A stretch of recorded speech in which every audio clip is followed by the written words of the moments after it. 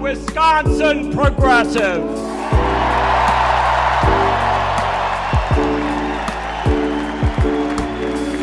I am here in the tradition of Robert M. LaFollette, the Capital Times newspaper, the Progressive magazine, the Wisconsin Idea, and the Wisconsin Uprising of 2011.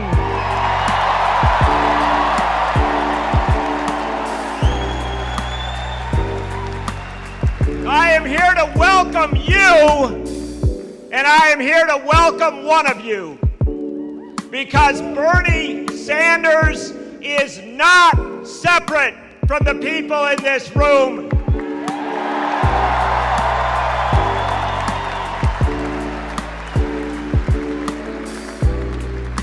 I'm not here to make any endorsements or deliver any grand statements about what you should do in 2016. That's not what the Wisconsin progressive movement was ever about. The Wisconsin progressive movement was about citizens gathering in church halls and schools and union halls and deciding the issues that mattered for them.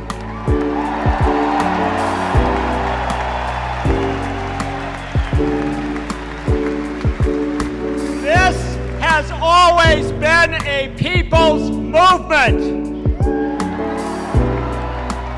And when leaders arrive, they come from the people. They don't dictate to the people.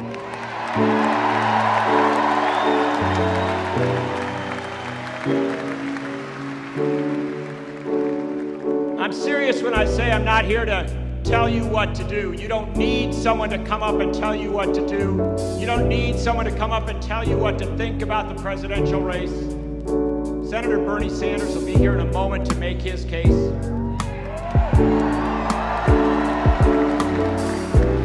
His campaign is all over this room. They've given you all sorts of information. They want you to go to BernieSanders.com. They want you to text 82623, pull your phone out and do all that. And type in Bernie and you get updates all the time. They'll tell you all the bells and whistles. I'm not here to do any of that. I am here to tell you what you have already done. Because what you have already done is more important than anything that any candidate will do. What you have already done is demand that the 2016 presidential race have a progressive voice at the table and in the debate.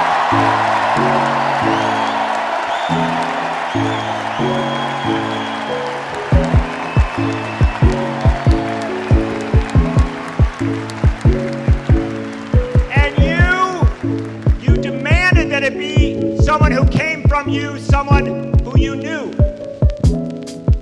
You demanded that it be someone who has marched with you, someone who has rallied with you, someone who knows Ed Garvey and who has campaigned with Ed Garvey. Ladies and gentlemen, the man who rebuilt the progressive movement in this state, the founder of Fighting Bob Fest, Ed Garvey, right here up front.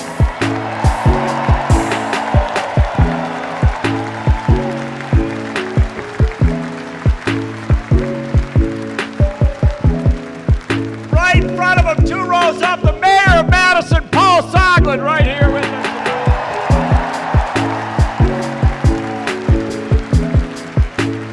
Couple steps away from him, State Senator Fred Risser, the longest serving legislator in the United States.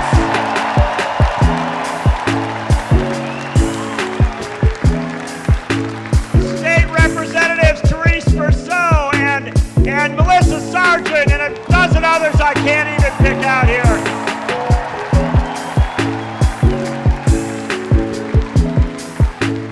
It's a remarkable thing that's going on, and I want you to know that a year ago when Bernie Sanders said to me that he was thinking of running for president of the United States,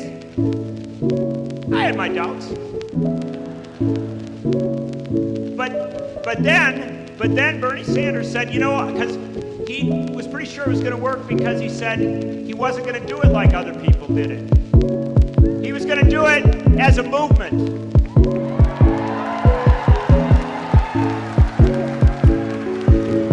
Bernie Sanders didn't make anything. Bernie Sanders is the product of movements that have made everything.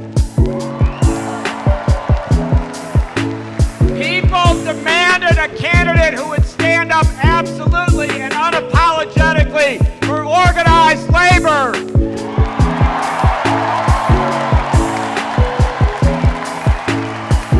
People demanded a candidate who would stand up absolutely and unapologetically for fair trade, not the broken free trade model of NAFTA and the TPP.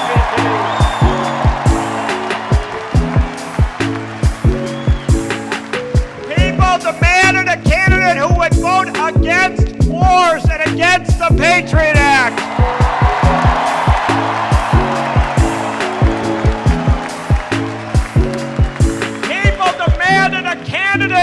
People demanded a candidate who would march with Naomi Klein and Bill McKibben to say climate change is the essential issue of our time.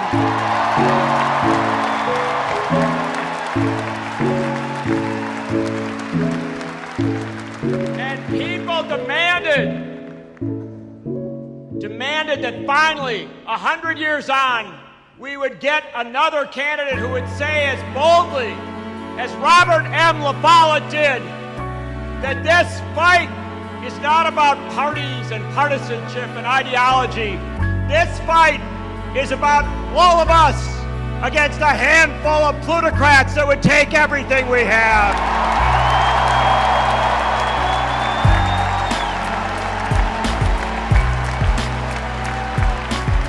Brothers and sisters, Wisconsin progressives, you demanded a candidate who spoke your language.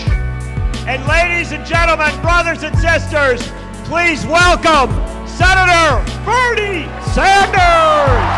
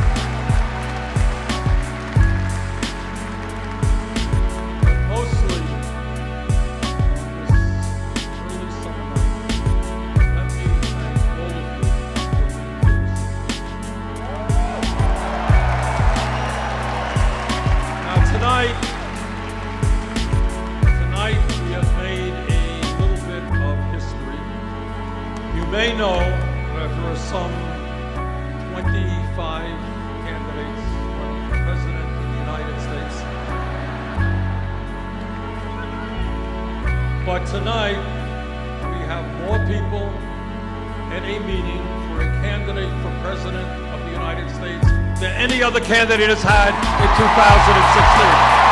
Thank you.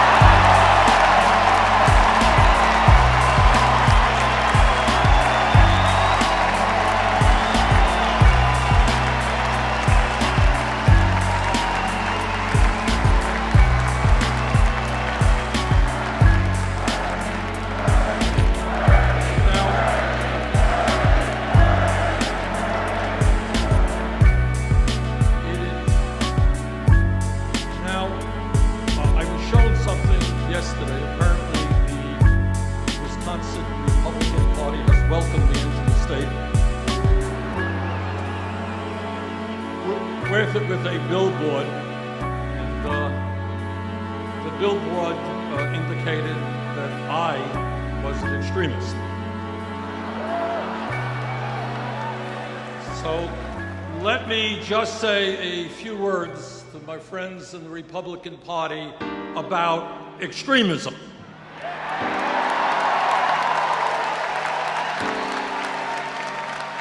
When you deny the right of workers to come together in collective bargaining, that's extremism.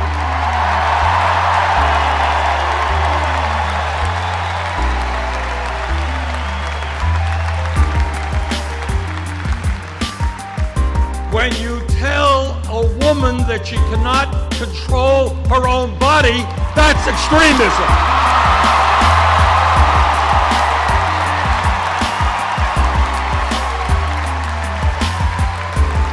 When you think a woman is a child and can't purchase a contraceptive, that is extremism.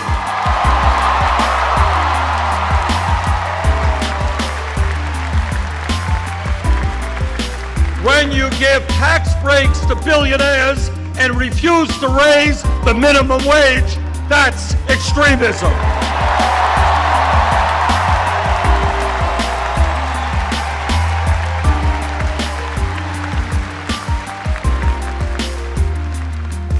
But our views, which represent, in fact, the vast majority of the American people, are a little bit different. We believe that the time has come when people in Wisconsin, Vermont, and all over this country create a political movement which says to the billionaire class, you can't have it all.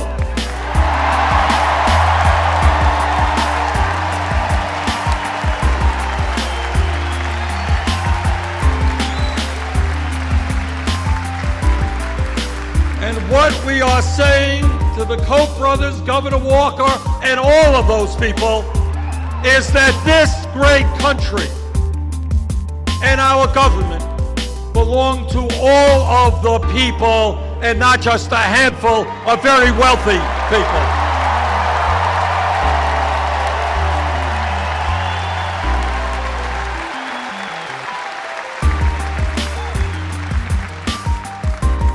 Now, the truth of the matter is that politics in a democratic society should not be complicated. What politics should simply be about is people coming together, taking a hard look at the problems that we face, listen to different ideas, and then go about solving those problems.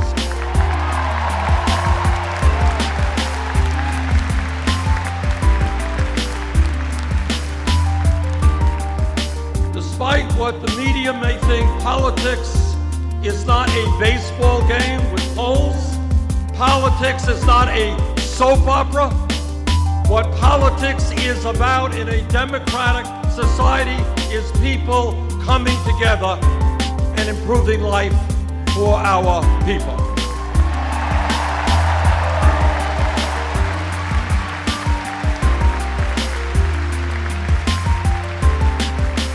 Today, I want to touch on some of the major issues that are facing our people and talk to you about some ideas as to how we can address those problems.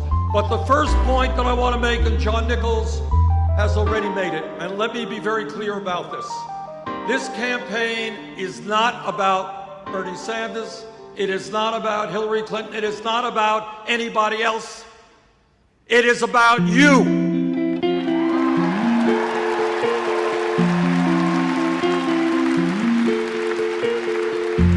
It is about putting together a grassroots movement of millions and millions of people who stand together and make it clear that we need fundamental changes in the economics and politics of this country so the government works for all of us and not a handful of wealthy campaign contributors.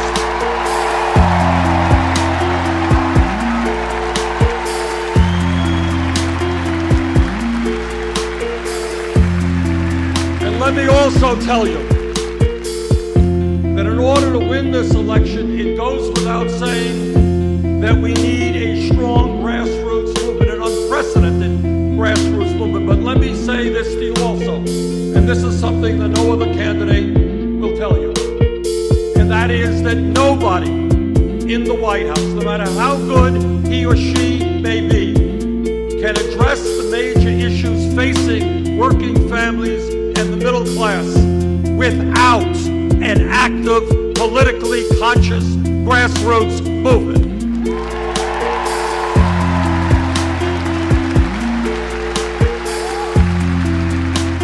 And the reason for that is not complicated. It is that the big money interests, Wall Street, corporate America, all of these guys have so much power that no president can defeat them unless there is an organized grassroots movement making them an offer they can't refuse.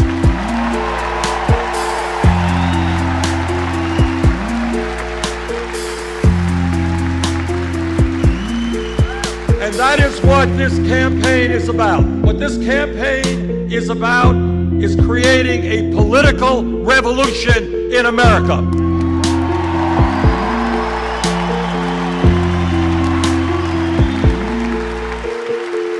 A revolution which takes on the greed of Wall Street and corporate America. A revolution which takes on the reality that the Republican Party is essentially owned by big money interests, and too many Democrats are owned by big money interests.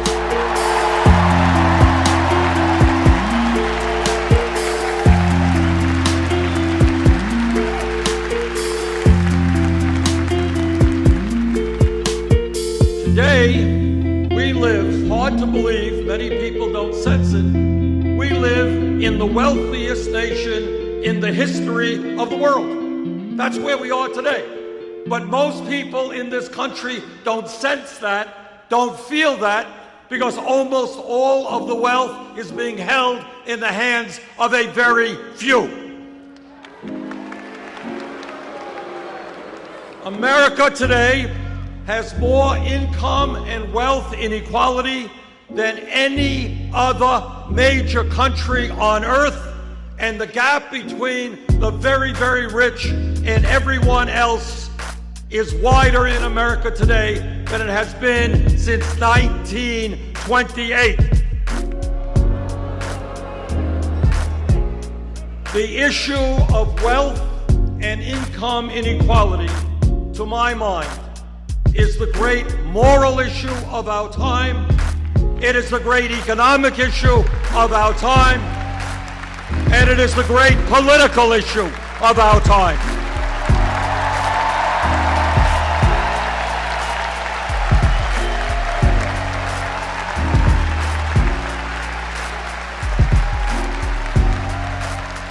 Let me be as clear as I can be.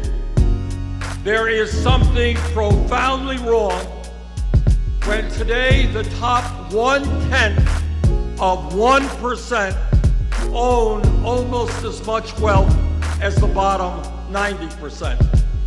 There is something profoundly wrong when today 58% of all new income is going to the top 1%. There is something profoundly wrong when in recent years we have seen a proliferation of millionaires and billionaires at the same exact time as millions of Americans are working longer hours for lower wages, and we have by far the highest rate of childhood poverty of any major industrialized country. There is something profoundly wrong when one family, the Walton family of Walmart, owns more wealth than the bottom 130 million Americans. This grotesque level of inequality is immoral, It is bad economics, it is unsustainable, and it is not what the United States of America is supposed to be about.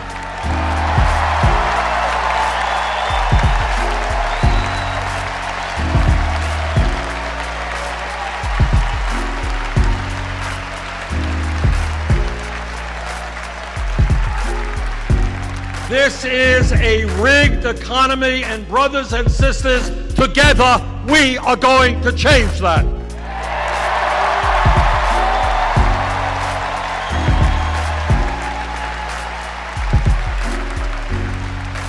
This campaign is sending a message loud and clear to the billionaire class, and that is, you can't get tax breaks when children in America go hungry.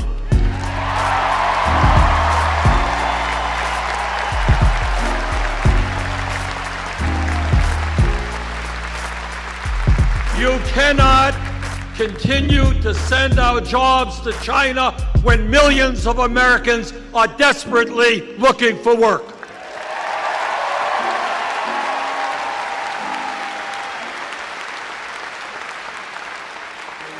You can't hide your profits in the Cayman Islands and in other tax havens while we have so many unmet needs in America. You're going to have to start paying.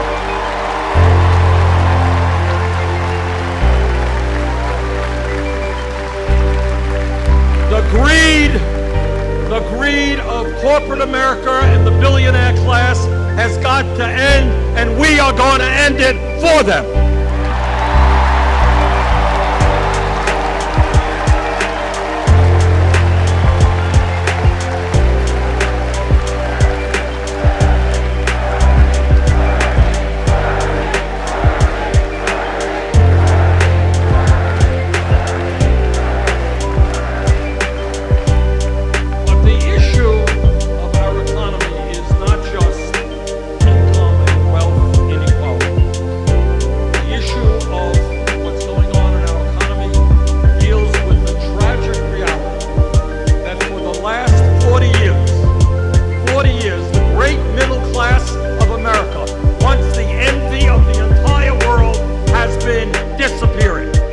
Despite exploding technology, so that every worker in America is significantly more productive than those who came before, median family income is almost $5,000 less today than it was in 1999.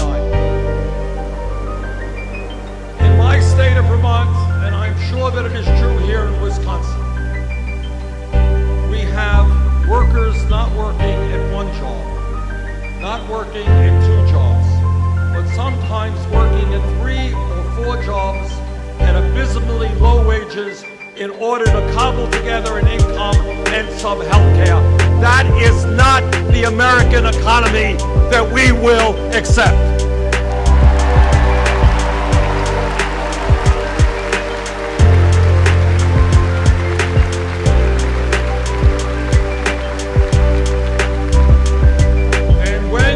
The economy, what we have to understand is that every month the government announces a statistic about official unemployment. Currently it is about 5.4%.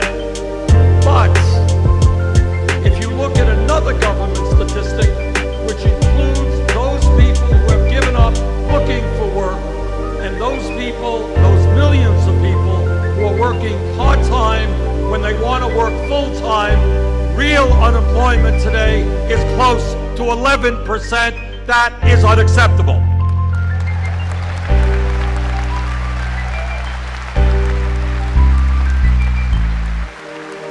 And let me touch on an issue that is widely ignored. Almost nobody talks about it. And that while real unemployment is close to 11%, youth unemployment has reached tragic proportions. Today in America, for those young people 17 to 20, those kids who have graduated high school or have dropped out of high school, if they are white, youth unemployment is 33%. If they are Hispanic, youth unemployment is 36%. If they are African American, youth unemployment is 51%.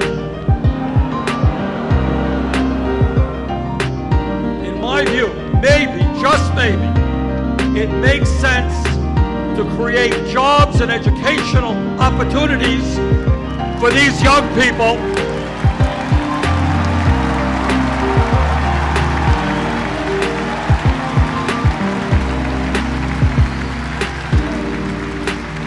Maybe we should create jobs and educational opportunities rather than more and more incarceration and more jails.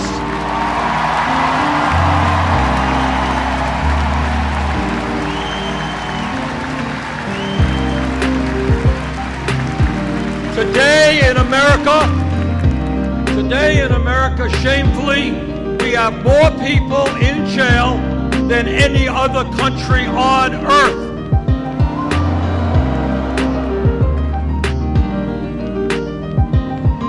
Our job, in fact, is to create a new criminal justice system.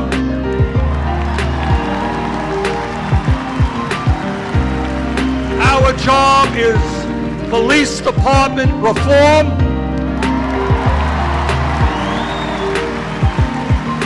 Our job is to make sure that young African Americans can walk down the street without being abused or worse.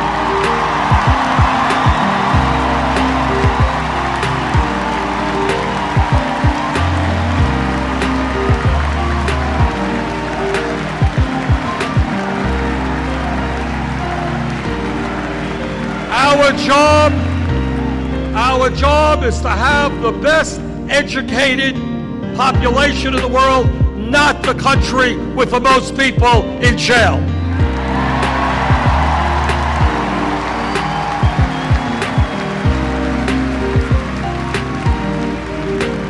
And when we talk about the economy, it's not only the grotesque level of income and wealth inequality, it's not only the unacceptably high levels of unemployment. When we talk about the economy today, we have got to understand that tens of millions of Americans are working in wages which are totally inadequate.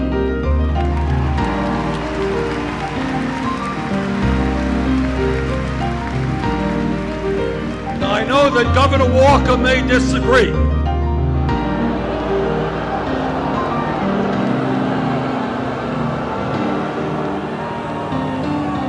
But to my mind, the federal minimum wage of $7.25 an hour is a starvation wage which must be raised.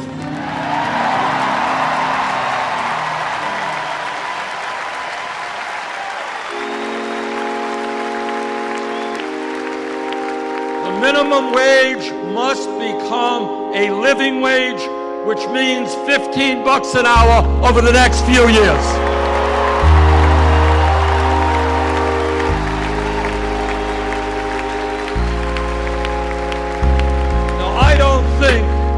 It is a terribly radical idea to say that in America, if somebody works 40 hours a week, that person should not be living in poverty.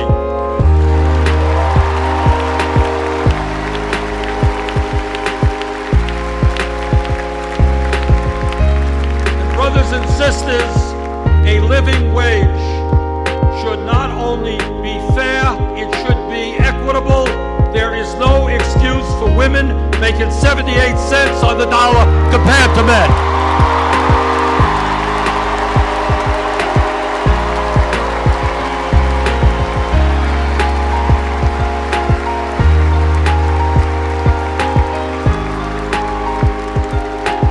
And let me congratulate President Obama for doing something that is long overdue and making sure that millions of working people finally get time and a half when they're working 50 or 60 hours a week.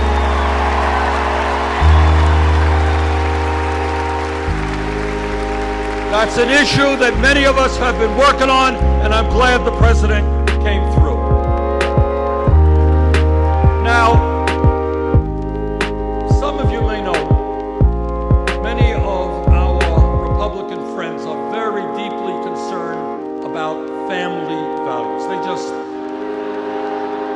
They love families.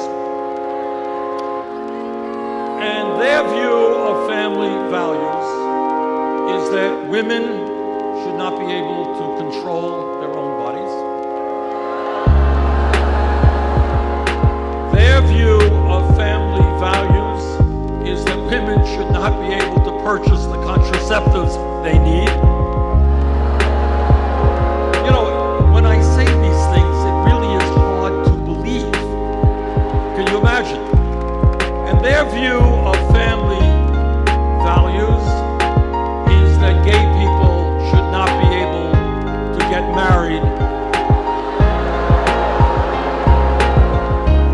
Now that is their view, their warped view of family values. Let me give you another view of family values. I have 4 kids. I've had 7 beautiful grandchildren. My wife is here. We've been married for 27 years.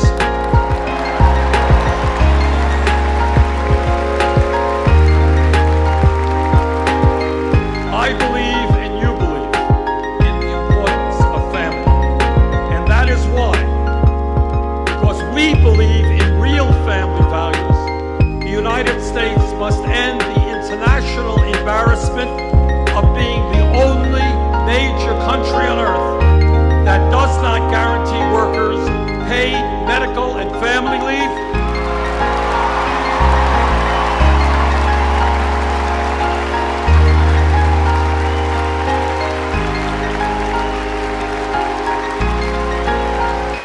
That does not guarantee workers paid sick time or paid vacation time.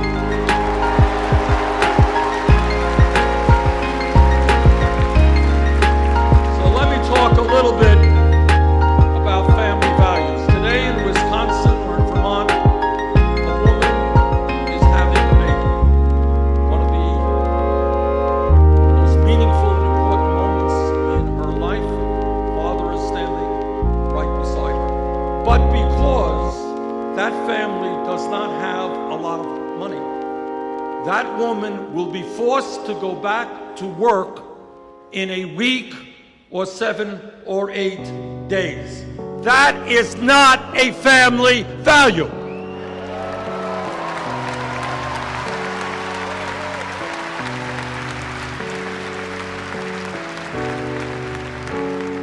In every other major country, women, regardless of their incomes, and the father as well, are able to stay home with their baby, get to know their baby in the most important moments of their baby's life.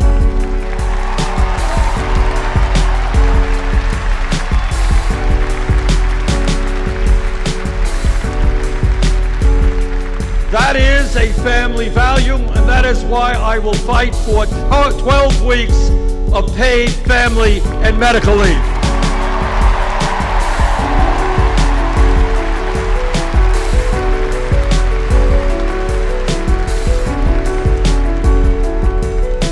Let me touch on another issue that is almost never talked about at all, but it is an issue of enormous consequence. And that is, as a result of the collapse of the American middle class, what we are seeing is people in our country working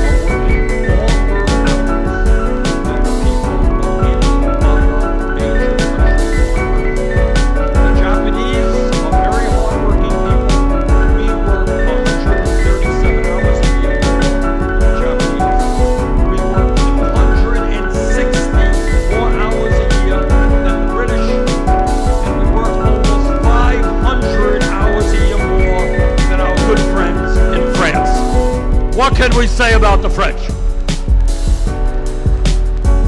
Now here's the point, and I say this in order to put where we are today in a broader context. When we were kids in school and we read history textbooks, we saw pictures in those books of workers out on the streets demonstrating 100 years ago, 1910, 1912, 1914. Those workers held up these big banners and signs. And you know what those signs said? They said, "We want a 40-hour work week." What they said is, we are not beasts of burden. We want time with our families. We want time for education. We need time for leisure. That was 100 years ago. Today, unbelievably, 85% of working men and 66% of working women work more than 40 hours a week. 100 years have come and gone, and we have lost ground. Now, at the very least, what the United States must do, and I will do as president, is to make sure that every family in this country gets at least 2 weeks off of paid vacation.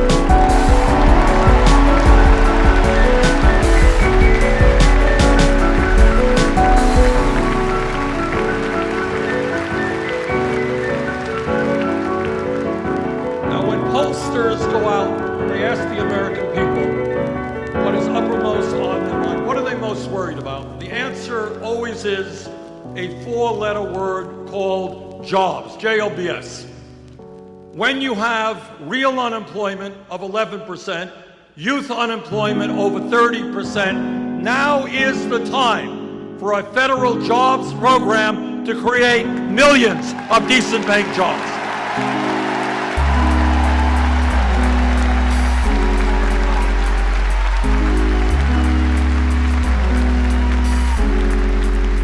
In virtually every state in this country, our infrastructure, our roads, our bridges, water systems, wastewater plants, our rail system, our levees, and our dams need an enormous amount of work.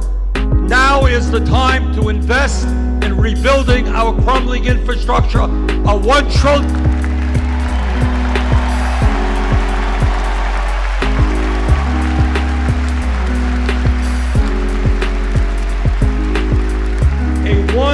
trillion investment will create and maintain some 13 million jobs, and that is exactly what I intend to do.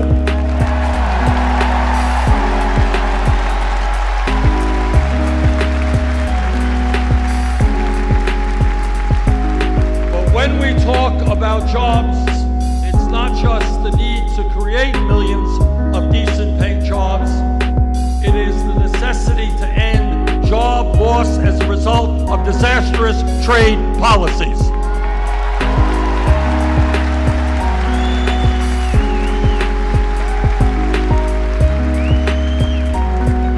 You are looking at a senator and former congressman who voted against NAFTA, against CAFTA, against permanent normal trade relations.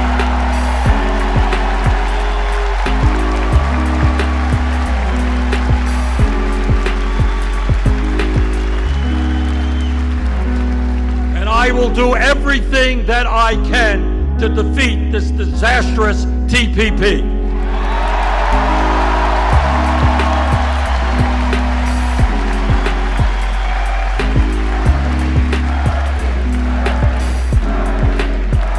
And when we talk about rebuilding the American middle class, we're talking about rebuilding the American trade union movement.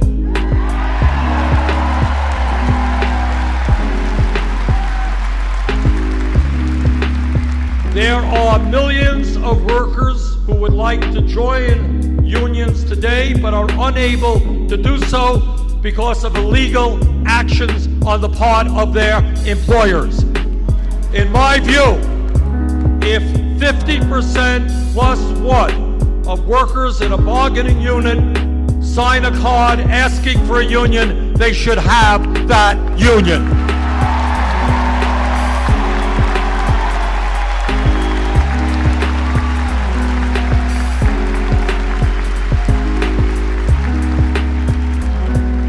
And when we talk about greed, when we talk about recklessness, when we talk about illegal behavior, these are just another word, another phrase to describe Wall Street. In my view, this is a hugely important issue for the future of our economy. It is time to break up the largest financial institutions in this country.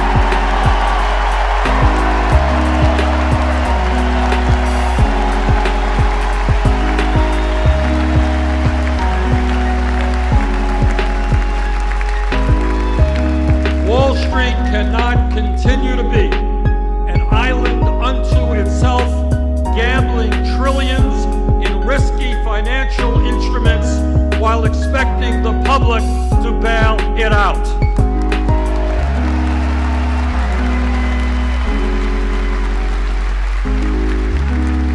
In my view, and we've introduced legislation to deal with this, if a bank is too big to fail, it is too big to exist.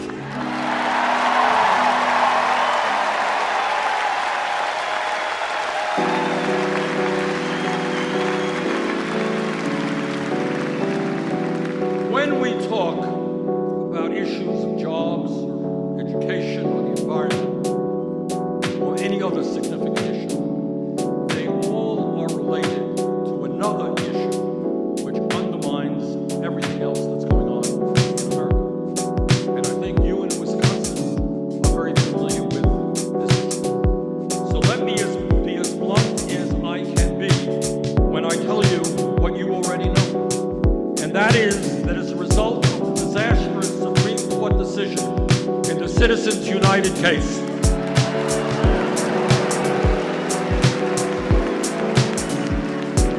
the American political system has been totally corrupted, and the foundations of American democracy are being undermined.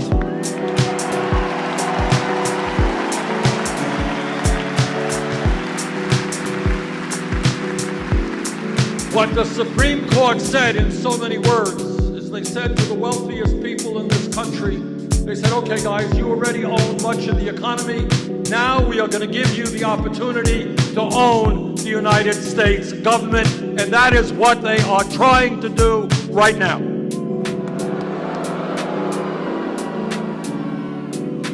Let me be as clear as I can be, and that is that as President of the United States, I will not nominate any justice to the Supreme Court who has not made it crystal clear that he or she will vote and work to overturn this disastrous Citizens United decision.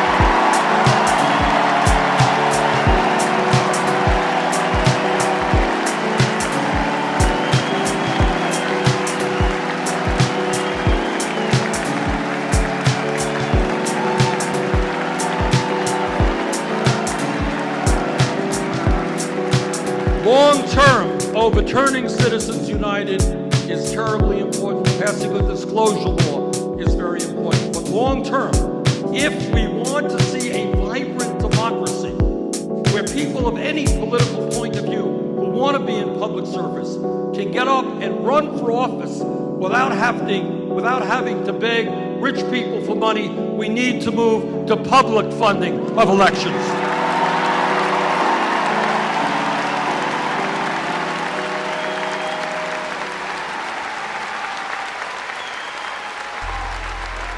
Let me give you an example. I'll give you an example of how bad the situation is today. According to media reports, which I think are accurate, the Koch brothers alone, second wealthiest family in America,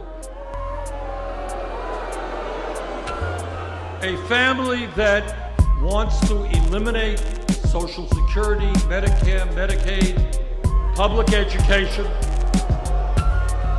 and virtually every piece of legislation passed since the 1930s which protect working families. This one family will be spending in this election cycle close to $1 billion.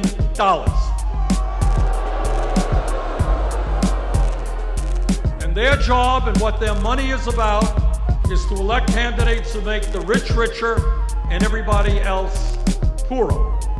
But when you have one family spending close to $1 billion, which is more money than either the Democratic Party or the Republican Party will spend, this is not democracy, this is oligarchy, and we have got to end it.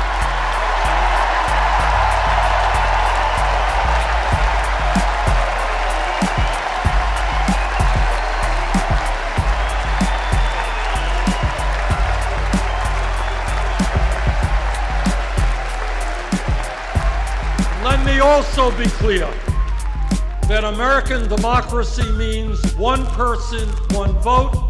American democracy means that we try to have the highest voter turnout in the world. American democracy does not mean voter suppression or the gerrymandering of districts.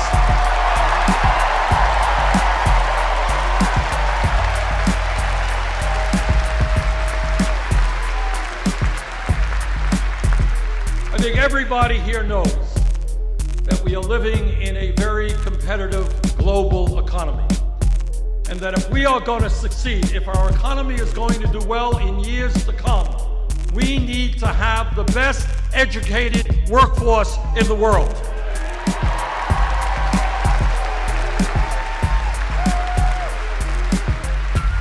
To my mind, it is basically insane, and I use that word advisedly, and counterproductive to the future of this country when we have today hundreds of thousands of bright, young, qualified people who want to get a higher education, they want to go to college, but they are locked out because their families don't have enough money.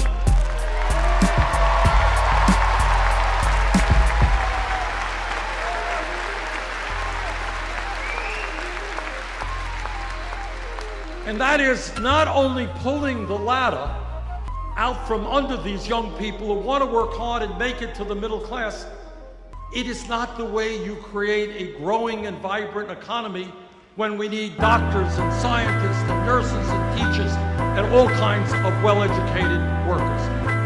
But the issue goes beyond the high cost of college and people not being able to get into college. Today, we have a situation where we have millions of young and not so young people who are shouldering horrendous college debt decade after decade.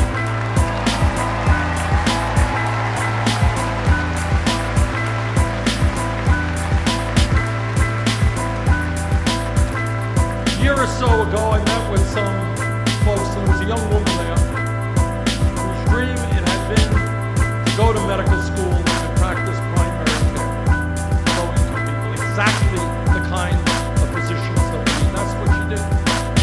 And as a result, she left school $300,000 in debt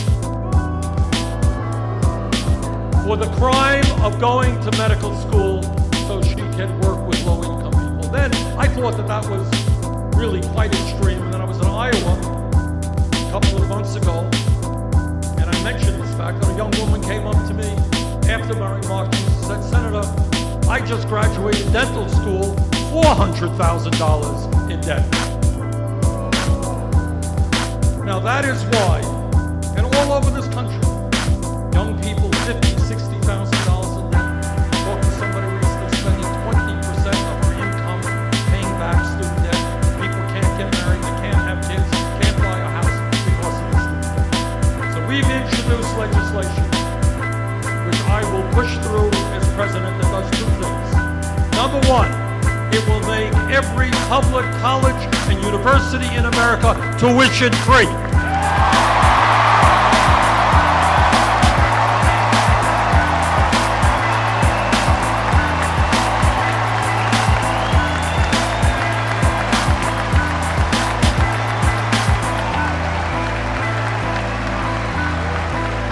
want you to know the importance of that concept is not just for kids in the 11th and 12th grade who want to go to college. The importance of that concept is that it will resonate with kids in the 5th grade and the 6th grade. Right now, all over America, there are young kids who may not know it intellectually, but they know it emotionally. Their parents didn't go to college. The kids in their neighborhood don't go to college. Why should they study hard? Why should they do their homework if they're not going to be able to get a higher education or make it into the middle class? That's wrong.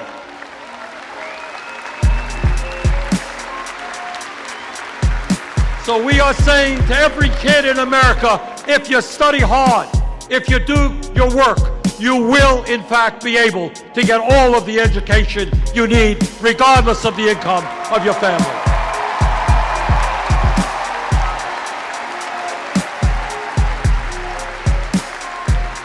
And when we talk about student debt, it is absolutely unconscionable that we have folks today who are paying interest rates of 8, 9, 10% on student debt, which they are stuck with for decades, yet they can go out and refinance their home for 2 or 3%. So what we've got to do is allow people with student debt to refinance. We've got to get the government out of the business of profiteering off of student debt as well.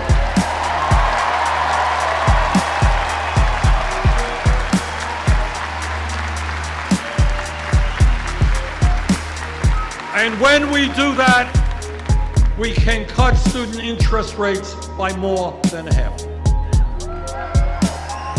Now, when we talk about the major issues facing not only our country, but the world, it is absolutely essential that we talk about our responsibilities as human beings, as adults, as parents, and understand that there is nothing more important than leaving this planet in a way that is habitable for our kids and our grandchildren.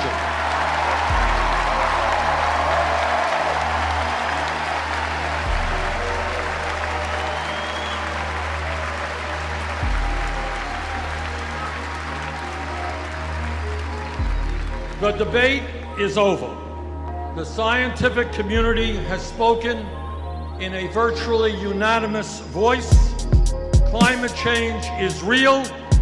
Climate change is caused by human activity, and it is already causing devastating problems all over our country and all over the world.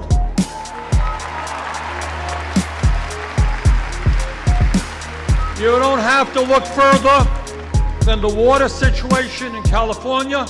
You don't have to look further than what's going on in Pakistan, where people are dying from an unprecedented heat wave. The scientists are telling us loudly and clearly that if we do not boldly transform our energy system away from fossil fuels and into energy efficiency and sustainable energy, this planet will see a temperature rise of between 5 and 10 degrees centigrade with extraordinary negative consequences. What that means is more drought, more floods, more extreme weather disturbances, more acidification of the ocean, more rising sea levels.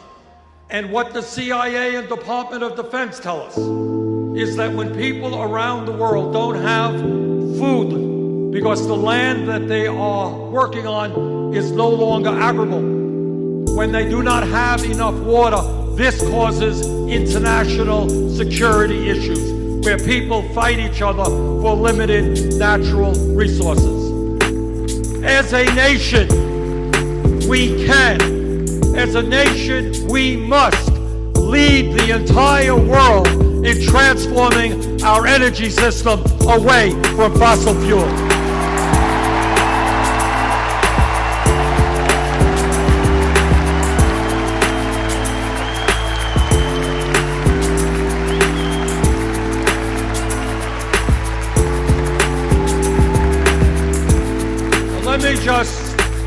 just mention something to you that many of you know, and that is today, sadly, tragically, the United States of America is the only major industrialized nation that does not guarantee health care to all people as a right. That is not something that we should be proud of. It is something we should be embarrassed about. Despite the gains of the Affordable Care Act, 35 million Americans continue to lack health insurance, and many more are underinsured with high deductibles and high co-payments. Yet, despite all of that, we continue to spend almost twice as much per capita on healthcare as do the people of any other nation. In my view, this country must make two fundamental decisions with regard to healthcare. Number one, in America, healthcare must be a right for all of our people.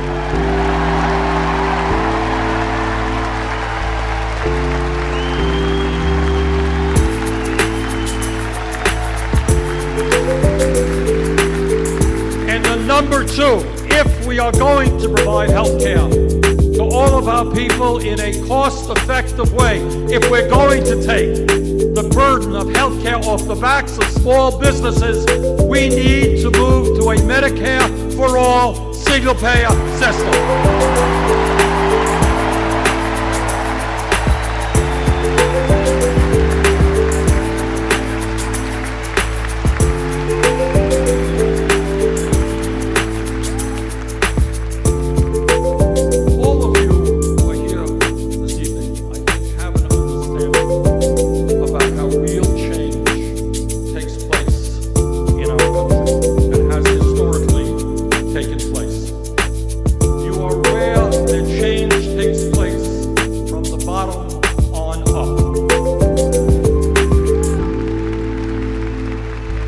Never from the top on down. People on top are usually the last to know.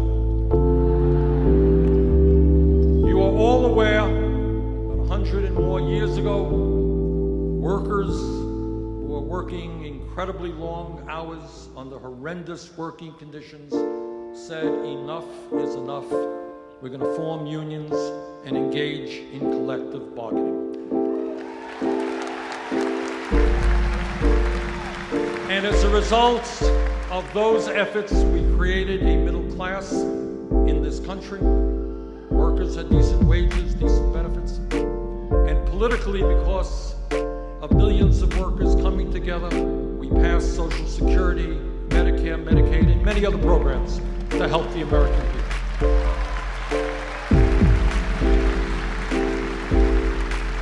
Because people came together. All of you are aware of the tragic history of racism in America. But for a very long time, African Americans and their white allies came together and they struggled and they stood up for justice and they stood up to lynching and they stood up to segregation and they stood up to a situation where African Americans couldn't even vote in America.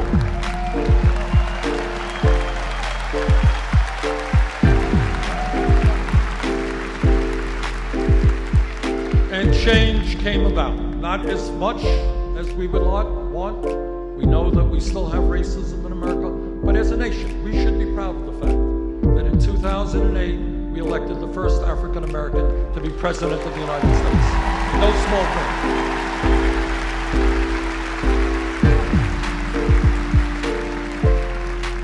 But so many people stood up and fought for civil rights. Didn't happen because of a few. And when we talk about women's rights, we know that women, the suffragettes, Susan B. Anthony, and all those folks went to jail. Some of them died, and they said women in America and around the world will not be second-class citizens.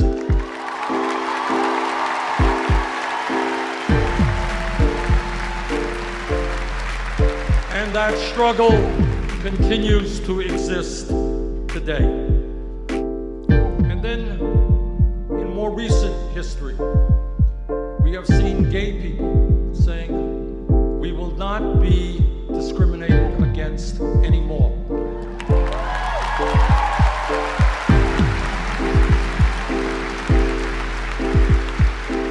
And a huge change swept the country, huge change in consciousness, and said that we are going to treat all of our people with respect and dignity, no matter what their sexual orientation may be.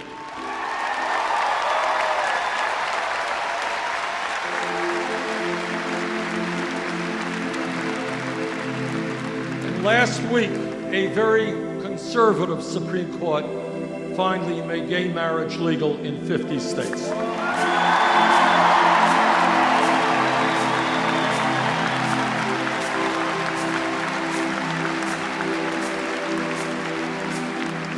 So as a nation, we have a right to be very proud of the successes that we have seen because of the struggles of millions of people to create a less discriminatory society. That's something we should be proud of. Right, we deserve a hand for that.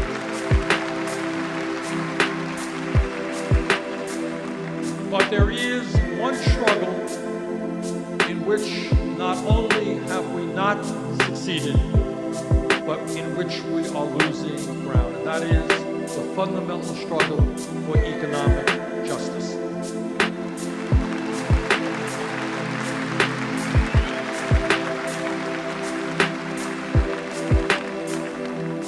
I am in the Senate the ranking member of the budget, which means that I am the Democratic leader on that committee. And I want to give you an example. And I want to speak now not just to the people in this room, but the working class and middle class Republicans in the state of Wisconsin. Because I want you to know what many people do not know. I want you to know what your party, the Republican Party, is doing in Washington, D.C. This is what the Republican budget did. And I know something about it because I am the ranking member of this committee. About 2 months ago, this legislation was passed. This legislation sets the framework for what the appropriations committees will do. 35 million Americans have no health insurance. Only major country on earth without health care for all. Republicans decided to end the Affordable Care Act, cut Medicaid by over $400 billion, throw 27 million Americans off of health insurance.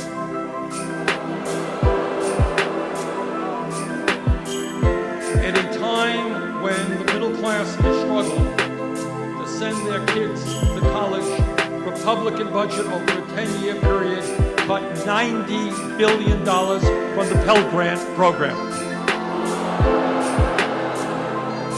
At a time when millions of Americans are working 40 or 50 hours a week and are not earning the income they need to adequately feed their family, the Republicans made massive cuts in nutrition programs for hungry people and for children, including the WIC program, which is designed to protect low-income, pregnant women and their newborn babies.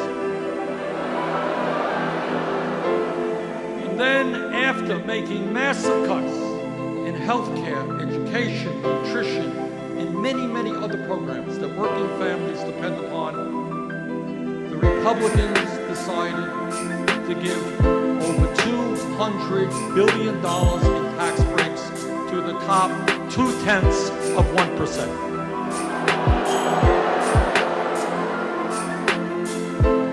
In my view, when we reach out, and what this campaign is about, is to reach out to working families all over this country, including Republicans. Because I believe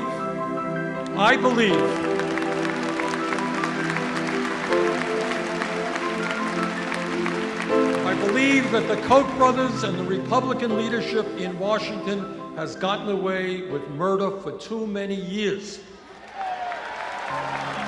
What they have done is tried to divide our country up.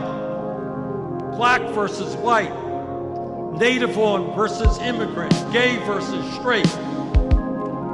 And what they have done is try to divide us. Our job is to bring people together around a progressive agenda that works for all of us.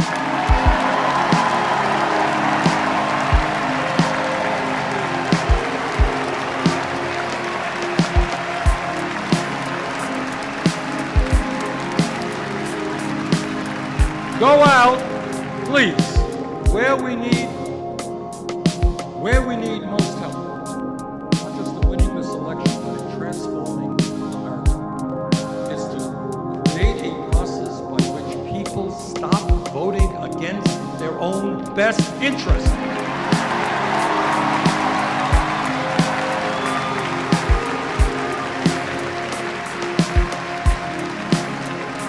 Ask your Republican friends at work if they really think it makes sense to vote for people who are going to send their jobs abroad. Vote for people who will not raise the minimum wage. Vote for people who take health care away from their own children. And when we are successful in bringing our people, middle-class working people together, we will transform America.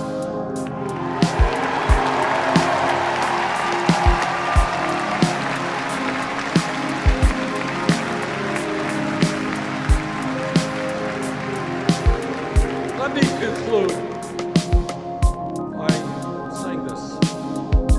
If anything, what I would like to ask you is please think big, not small. In Washington, the debate is often about whether we cut education by 2% or 6%, whether we throw this many people off of health care or not many, whether we give corporations this much of a tax break or not much of a tax break. That's not the worldview that we should have. Our vision should be that in the wealthiest country in the history of the world, there is nothing that we cannot accomplish.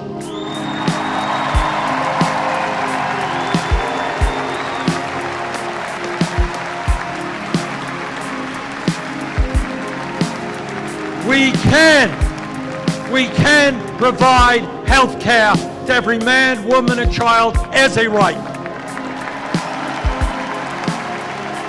We can make certain that every person in this country can get all of the education he or she needs, regardless of the income. We can create millions of decent paying jobs. We can have the best child care system in the world.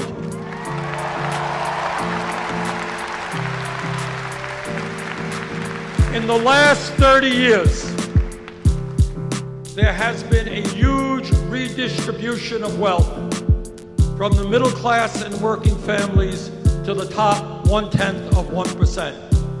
Our job is to reverse that, redistribute wealth back into the hands of working families.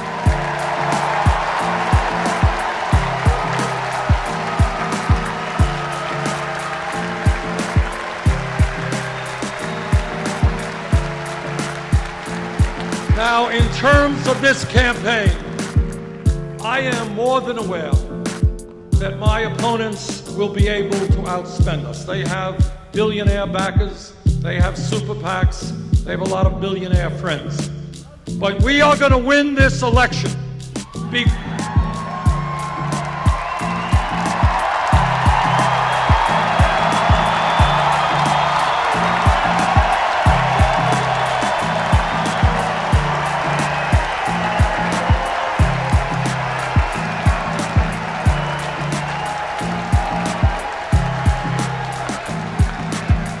We are going to win this election because if we do our job well, if we develop the grassroots national movement that I know we can, at the end of the day, they may have the money, but we have the people, and when the people stand together, we can win.